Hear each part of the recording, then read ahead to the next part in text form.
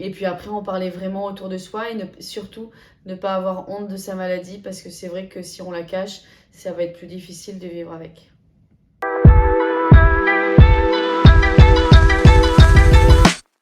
Bonjour, je m'appelle Marie-Sophie, j'ai 34 ans et je suis atteinte de diabète de type 1 depuis l'âge de mes 16 ans. Le diabète de type 1 est un manque de sécrétion d'insuline. Donc au quotidien, je fais des hyperglycémies et des hypoglycémies. Donc je suis obligée de surveiller mes glycémies. Avant chaque repas, je dois m'injecter de l'insuline car mon taux de sucre ne pourra pas être régulé sans cette insuline. Au quotidien, cela peut être handicapant parce qu'il faut que la glycémie soit très régulière. Donc du coup, je dois prendre mes taux de glycémie avant et après chaque repas et avoir une quantité de sucre qui reste la même.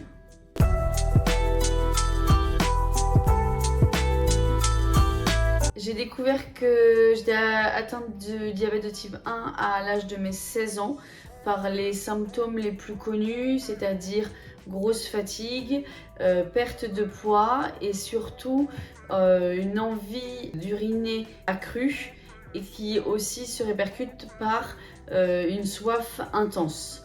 Donc je me retrouvais à avoir envie de boire beaucoup plus que d'habitude. Donc c'est comme ça qu'on l'a découvert et j'en ai parlé à un médecin qui m'a fait une prise de sang et ça s'est tout de suite vu dans mes analyses de sang.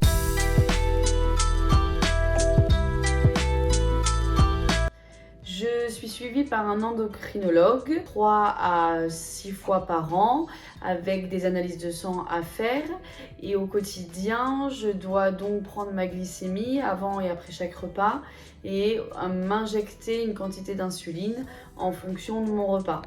Donc j'ajuste la quantité d'insuline en fonction du taux de glucides que je vais avoir dans mon assiette.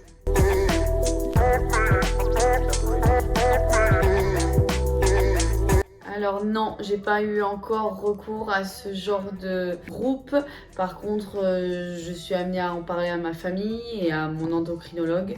Pour l'instant, ça me suffit, mais c'est vrai que d'avoir une ou deux copines qui ont la même pathologie que moi, ça pourrait aider.